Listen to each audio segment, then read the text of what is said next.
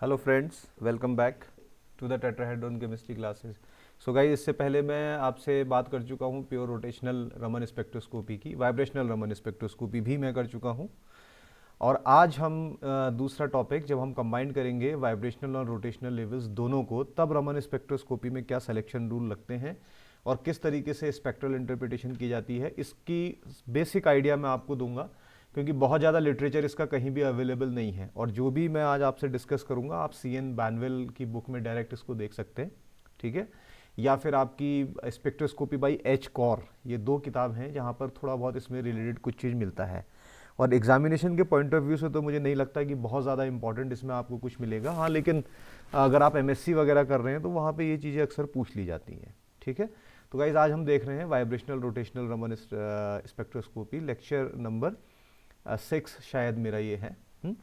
तो इसमें क्या हो सकता है, देखिए, सबसे जो इम्पोर्टेंट बात है, पहले तो आप ये समझिए कि अगर small simple diatomic molecule आपके पास है तो उन्हीं के लिए ही ये एप्लीकेबल होगा, ठीक है। एप्लीकेबल फॉर, तो यहां लिख देते हैं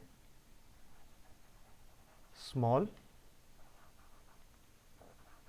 डाई एटॉमिक मॉलिक्यूल्स, इनके लिए यही लगेगा। क्योंकि स्ट्रक्चर देखिए, अगर आपके मॉलिक्यूल बड़े हो जाते हैं थोड़े, और जब साइज थोड़ा बढ़ जाता है, तो उनके लिए इतना फाइन स्ट्रक्चर, आपको पता है कि रोटेशनल लेवल्स होते हैं, जैसा मैंने पहले भी आपको बताया है कि जैसे मान लीजिए ये आपका वाइब्रेशनल लेवल है, इसको V0 और इसको V1 बोल देते हैं। तो इनके अंदर फिर आपके क्या होते हैं, रोटेशनल लेवल भी होते हैं। पहले लेक्चर में मैंने इसके बारे में डिटेल में आपसे बात करी है। तो बेसिकली अगर आप रोटेशनल स्ट्रक्चर देखना चाह रहे हैं तो इसका मतलब आप बहुत फाइन स्ट्रक्चर्स की तरफ मूव करना चाह रहे हैं। जे की वैल्यू 1 है, फिर ऐसे जे की वैल्यू 2, 3, 4 इस तरीके से है। तो बड़े मॉलिक्यूल्स के लिए इतना फाइन स्ट्रक्चर रिजॉल्व हो पाना बहुत मुश्किल होता है, तो वहाँ पे ये स्पेक्ट्रोस्कोपी इतनी ज़्यादा काम नहीं आती है। लेकिन हाँ, छोटे स्मॉल डायटोमिक मॉलिक्यूल हैं, वहाँ पे ये आपकी ज़रूर काम आ सकती है, इतना ज़रूर आप याद रखेंगे। अब क्योंकि आप रोटेशनल वाइब्रेशनल रमन स्पेक्ट्रोस्कोपी देख रहे हैं, तो बेसिकली इसमें आपके जो है दो टर्म हो सकते हैं। एक तो रोटेशनल टर्म होगा आपका, जो कि जे वाला हिसाब होगा, उसको हम यहाँ पे रखेंगे। और दूसरा वाइब्रेशनल आपके लेवल्स होंगे न्यू, तो ये वी, सॉरी, तो आपके वाइब्रेशनल के साथ साथ रोटेशनल टर्म भी होते हैं। तो जो भी एनर्जी का एक्सप्रेशन आएगा उसमें दोनों ही आपने रखने पड़ेंगे। तो कैसे आप इसको देख सकते हैं, देखिए, जैसे मान लीजिए इसको मैं यहाँ पे लिख देता हूँ, से new bar, this is V for vibrational term, okay, and J for the rotational term. तो पहले हम वाइब्रेशनल टर्म की एनर्जी का एक्सप्रेशन लिखते हैं, जो कि आता है V प्लस हाफ, ठीक है, और इसके साथ न्यू बार E, जो कि इक्विलिब्रियम वेव नंबर है आपका, ठीक है। और अगर आप इसमें इंक्लूड करते हैं एन हार्मोनिसिटी, ओके, और से सेंट्रीफ्यूगल डिस्टॉर्शन की तो बात यहाँ पे नहीं करेंगे हम, ठीक है। तो एन हार्मोनिसिटी अगर आप इसमें इंक्लूड करते हैं तो आपका ये टर्म एक इसमें और ऐड हो जाता है, that would be again your V plus half whole square nu bar E chi E आपकी एन हार्मोनिसिटी है। तो बेसिकली ये जो टर्म आपने यहाँ पे लिखा हुआ है, ये वाइब्रेशनल टर्म है। अब क्योंकि रोटेशनल स्पेक्ट्रोस्कोपी भी देखनी है, तो रोटेशनल टर्म भी इसके साथ होनी चाहिए। तो रोटेशनल टर्म होता है BJ इंटू J प्लस 1। तो इस तरीके से आप इसके जो है वैल्यू दे सकते हैं। हाँ, यहाँ पे ध्यान रखेंगे कि जो वाइब्रेशनल और रोटेशनल क्वांटम नंबर हैं, इनकी वैल्यूज़ को ज़रूर आप ध्यान में रखेंगे कितना है। तो जो आपके V का वैल्यू है, ये भी 0, 1, 2, 3 कुछ भी आप इसमें ले सकते हैं। इस जनरल एक्सप्रेशन की मैं बात कर रहा हूँ। और आपका जो J का वैल्यू है, ये भी आपका 0, 1, 2, 3, एनीथिंग यू कैन टेक। बड़े मॉलिक्यूल के लिए तो खैर स्पेक्ट्रा होंगे नहीं, मैं ये पहले भी आपसे बात कर चुका हूँ। तो अब इसमें क्या होता है, देखिए, ब्रांचेस बनती हुई नज़र आती हैं। अगर मान लीजिए मैं ट्रांजिशंस की बात करता हूँ, फंडामेंटल ट्रांजिशन अगर मेरा कोई हो रहा है, तो आपको पता है कि फंडामेंटल ट्रांजिशंस कहाँ होते हैं, फंडामेंटल ट्रांजिशंस, अगर मैं वाइब्रेशनल टर्म की बात करूं, तो आप कहता है, आपको मालूम है V इक्वल्स टू 0 से आपका ये हो सकता है, सॉरी, V इक्वल्स टू 1 तक, सिंपली ये आपने याद रखना है, ठीक है। अब इसमें देखिए अलग अलग ब्रांचेस हमें स्पेक्ट्रम में मिलती हुई नज़र आती हैं। अगर इस ट्रांजिशन के साथ जो आपका रोटेशनल क्वांटम नंबर का चेंज है, इसको अगर मैं ज़ीरो कर दूं, अगर ये ज़ीरो होता है, डेल्टा जी की वैल्यू ज़ीरो हो और वी का वैल्यू 0 से 1 ये ट्रांजिशन आपका हो रहा हो, तो ऐसे केस में जो ब्रांच हमें मिलती है उसको हम क्यू ब्रांच बोलते हैं। और ये क्यू ब्रांच जनरली आपके स्पेक्ट्रम के सेंटर में होती है। तो मैं इसको लिख देता हूं इन द सेंटर, ये सेंटर में रहती है आपकी, ठीक है। और अगर इस ट्रांजिशन के लिए आप एनर्जी निकालना चाहते हैं तो आप इसमें एनर्जी चेंज निकाल सकते हैं। इस ट्रांजिशन के लिए डेल्टा ई, यहाँ पे क्यू लिख देते हैं क्योंकि क्यू ब्रांच के लिए है, और सिंपली इसको लिख देंगे न्यू बार ई, इक्विलिब्रियम वेव नंबर हो जाएगा 1 - 2, और साथ ही साथ इसमें आप लिख देंगे काय ई। काय का साइन शायद मैं बहुत अच्छा नहीं बना पा रहा हूँ, एक्स की तरह लग रहा है, बट आप याद रखेंगे वेव नंबर्स में है तो सेंटीमीटर इनवर्स हम इसको कर सकते हैं, ठीक है। तो ये तो बात हो गई पहली आपकी, से दिस इज पॉइंट नंबर 1। अब अगर पॉइंट नंबर 2 इसमें ही देखना चाह रहे हैं आप, कलर चेंज कर लेते हैं ताकि डिफरेंस आ जाए। ट्रांजिशन अभी भी वही है, मैं V0 से ट्रांजिशन जो है V = 1, फंडामेंटल ट्रांजिशंस की ही बात कर रहे हैं, बार बार लिखने की ज़रूरत नहीं है। और यहाँ पर आपका जो चेंज है डेल्टा J = से +2 होता है। तो इस केस में जो ब्रांच आपको मिलती है ये ब्रांच आपकी S ब्रांच होती है। स्पेक्ट्रम में जो ब्रांच है वो S ब्रांच आपकी होगी, ठीक है।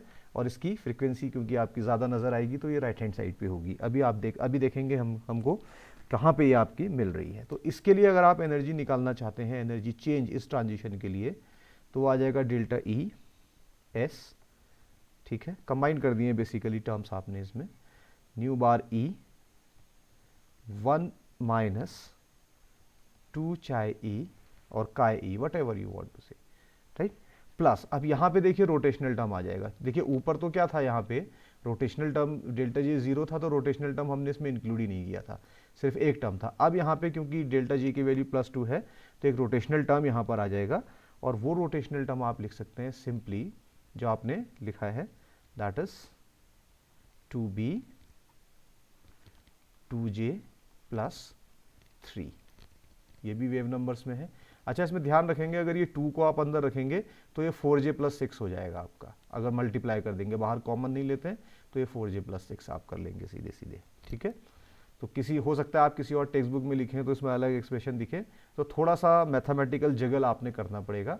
तो यहाँ पे आपकी j की वैल्यू 0 से स्टार्ट होती है और 0 1 2 3 इस हिसाब से आपकी ये चल सकती है वैल्यू। ऊपर तो j की वैल्यू का कोई मतलब ही नहीं था, ठीक। ऐसे ही अगर आप अगला ट्रांजिशन देखते हैं, सेम ट्रांजिशन की मैं बात कर रहा हूँ, यही वाला, दैट इज V = 0 से V = 1 फंडामेंटल है, ठीक है भाई।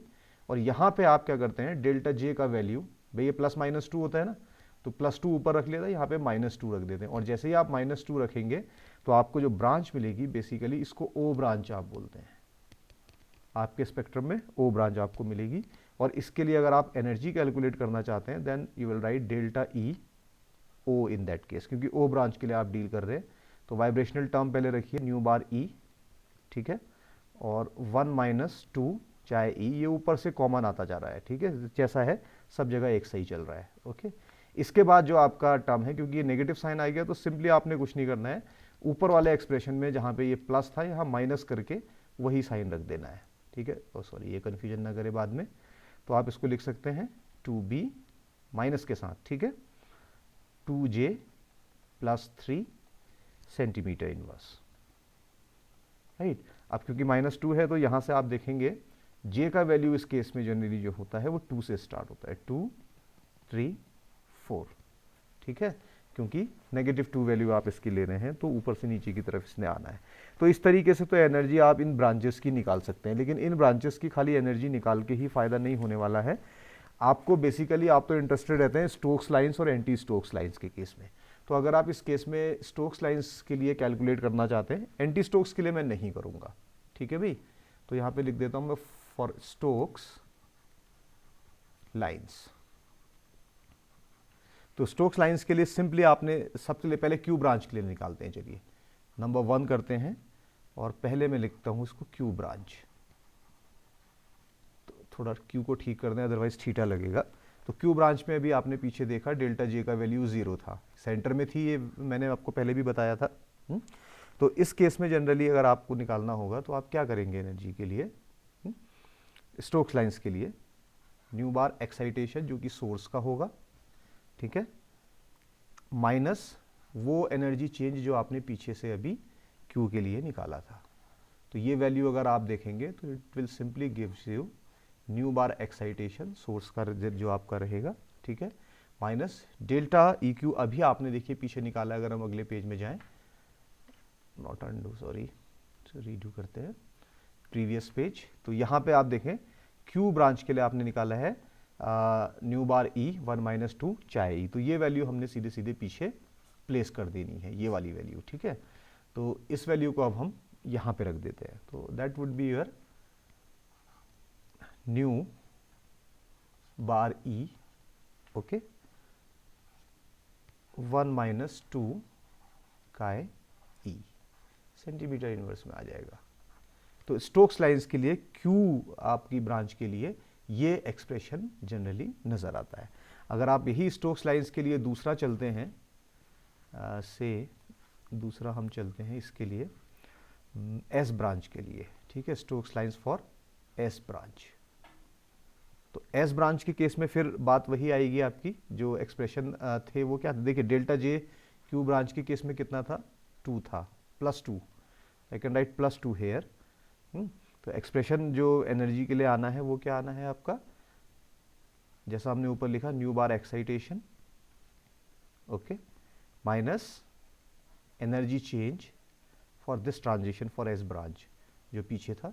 तो आपकी बार simply new excitation, new bar excitation ये रख दिया आपने, और डेल्टा ई एस की वैल्यू पीछे से उठा के रख दी। तो ई एस में आपको पता है कि रोटेशनल टर्म भी इंक्लूड हो गया था पॉजिटिव साइन के साथ, तो आप इसको लिख सकते हैं न्यू बार ई 1 - 2 काय E plus 2b 2j + 3 centimetre inverse में है।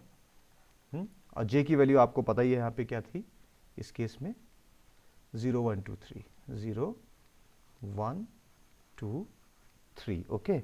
अब ऐसे ही अगर आप चलना चाहते हैं अगली ब्रांच के लिए, से आपकी नेक्स्ट ब्रांच ओ ब्रांच थी, तो कलर चेंज कर देते हैं यहाँ से, इसको हम कर देते हैं ओ ब्रांच,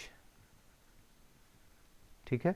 ओ ब्रांच के केस में आपको पता है डेल्टा जे का वैल्यू -2 था, और यही एनर्जी अगर आपने निकालनी पड़ेगी तो nu bar excitation minus energy change जो आपने पीछे निकाला था, that is delta E O, and that would be equals to nothing but nu bar excitation source का जो आपका था, ठीक है। स्टोक्स लाइंस को तो हमेशा, और एंटी स्टोक्स और स्टोक्स लाइंस को सोर्स के ही रिलेटेड देखते हैं, रेले के, तो हम भी ये वैल्यू यहाँ पे लिख सकते हैं, ठीक है। तो that would be equals to this, and that would be nu bar E 1 - 2 काय ई।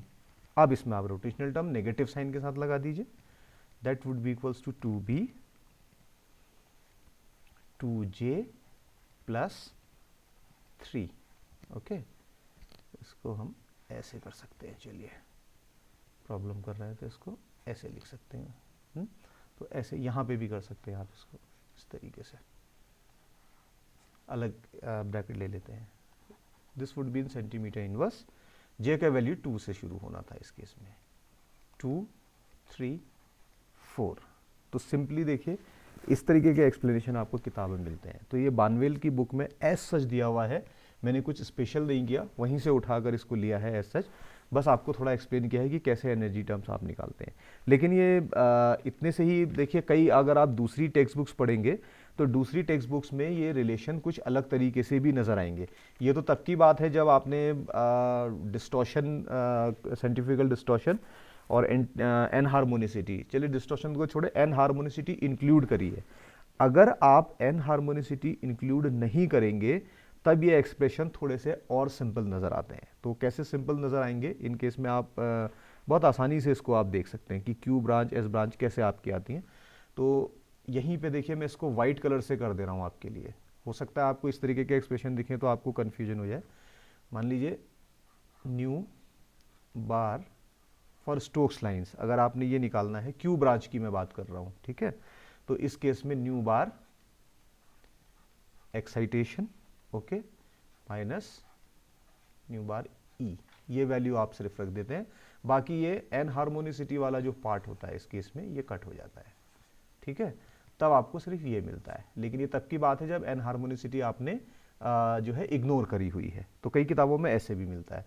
अब ऐसे जैसे आपकी एस ब्रांच यहाँ पे नजर आ रही है, तो एस ब्रांच के केस में भी देखिए क्या होगा, सिंपली अगर आप निकालना चाहे इसको फिर वाइट से लिख देते हैं new bar for Stokes lines, ठीक है, वही फंडामेंटल वाइब्रेशंस हैं, that is new bar excitation, और इसको आप लिख देंगे माइनस न्यू बार ई इस तरीके से, और एन हार्मोनिसिटी वाला टर्म हटा देंगे, प्लस 6b, तो ये आपको प्लस 6b के साथ मिल जाएगा। तो ये एक्सप्रेशन भी आपको मिल सकता है किताबों में, तो कंफ्यूजन करने की ज़रूरत नहीं है। ऐसे एक जो आपका ये ऊपर मिला था इस तरीके से, ऐसे ही आप ओ ब्रांच के केस में भी अगर चाहें तो देख सकते हैं, that would be nu bar Stokes, okay, और ये हो जाएगा आपका न्यू बार एक्साइटेशन, बस बाकी एक्सप्रेशन सेम है, minus new bar E minus 6b, okay.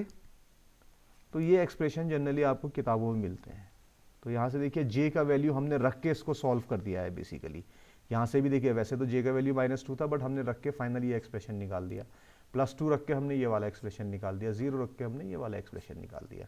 तो इनमें से कोई भी आपको जो है मिल सकता है। अब आप कहेंगे फ़ायदा क्या लग रहा है, इसका फ़ायदा तो कुछ लग नहीं रहा है।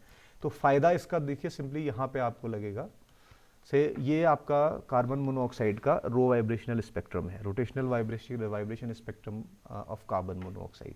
तो देखिए सेंटर में आपकी क्यू ब्रांच है, मैंने कहा था आपकी सेंटर में होगी, ठीक है। एस ब्रांच में क्योंकि पॉजिटिव लगा होता है, प्लस के साथ आती है, तो ये आपकी राइट हैंड साइड पे होती है, इसकी फ्रीक्वेंसी आपकी ज़्यादा होगी, वेव नंबर इसका ज़्यादा होगा। पीछे देख भी सकते हैं आप, अगर मैं प्रीवियस पेज में जाऊँ तो आपको पता चलेगा एस ब्रांच के लिए प्लस साइन के साथ आएगा आपका। सो ये आपका एस ब्रांच था, देखिए यहाँ पे प्लस साइन के साथ ये वैल्यू आ रही है, और जबकि ओ ब्रांच के साथ आप देखेंगे ये वैल्यू आपकी जो है माइनस साइन के साथ आ रही है, तो इसकी फ्रीक्वेंसी आपकी कम रहेगी, ठीक है। तो ये आपकी एस ब्रांच मिल गई, आपकी एस ब्रांच के बाद आपको ओ ब्रांच मिल गई। अब देखिए इसमें होता क्या है, इन ब्रांचेस में क्या करते हैं, जो स्पेसिंग है इनके बीच की ना, ये पता कर लेते हैं आपकी। और एक बार अगर आपको स्पेसिंग इनकी पता चल गई तो उस स्पेसिंग से आप क्या कर सकते हैं, बी कैलकुलेट कर सकते हैं, इससे बी आपको पता चल जाएगा। And once you know the value of the B, तो आप मोमेंट ऑफ इनर्शिया निकाल सकते हैं। मोमेंट ऑफ इनर्शिया आपको निकल गया, तो इससे फिर आपका जो है बॉन्ड लेंथ और बॉन्ड एंगल ये पता कर सकते हैं। तो ये आप समझेंगे। अब जो अगली क्लास लेने वाला हूँ, देखिए रेजोनेंस रमन स्पेक्ट्रोस्कोपी को मैं नहीं कर रहा हूँ, इसमें कभी ज़रूरत पड़ेगी, अगर आपको ज़रूरत होगी तो उसको आप लिख दीजिएगा, तो हम उसको तब वहाँ पे कवर कर लेंगे। अगली क्लास में जितने भी पॉसिबल न्यूमेरिकल्स हैं जो कि मैं कलेक्ट करके लाऊंगा प्रीवियस ईयर CSIR नेट और गेट के एग्ज़ाम से, और साथ ही साथ आप देखेंगे कि और किसी टेक्स्ट बुक्स में जो जो दिए हुए हैं वहाँ पे इन पे बेस्ड न्यूमेरिकल को कैसे सॉल्व किया जाता है, कैसे अप्रोच किया जाता है, वो पार्ट करेंगे। वो लेक्चर शायद थोड़ा सा लेंदी होगा, क्योंकि 1-1.5 घंटा मैं उसमें आपका सॉल्व करूँगा, फिर रमन स्पेक्ट्रोस्कोपी ख़त्म हो जाएगी, ठीक है। रमन के बाद फिर बेसिकली देखिए टारगेट में तो ग्रुप थ्योरी भी है, बहुत सी चीज़ें हैं, लेकिन अब स्पेक्ट्रोस्कोपी चल रही है तो फिर किसी और माइक्रोवेव या IR की हम इसके बाद बात करेंगे। हाँ, मैंने कमिटमेंट किया था भाई अपने सब्सक्राइबर से कि मैं फैब में जो है ग्रुप थ्योरी को भी फिर से शुरू करूँगा, तो चांसेस हैं कि मैं ग्रुप थ्योरी को भी पहले पकड़ लूँ। देखते हैं इसमें क्या होता है। अभी के लिए फ़िलहाल सिर्फ इतना ही है, ठीक है भाई, चलिए, थैंक यू।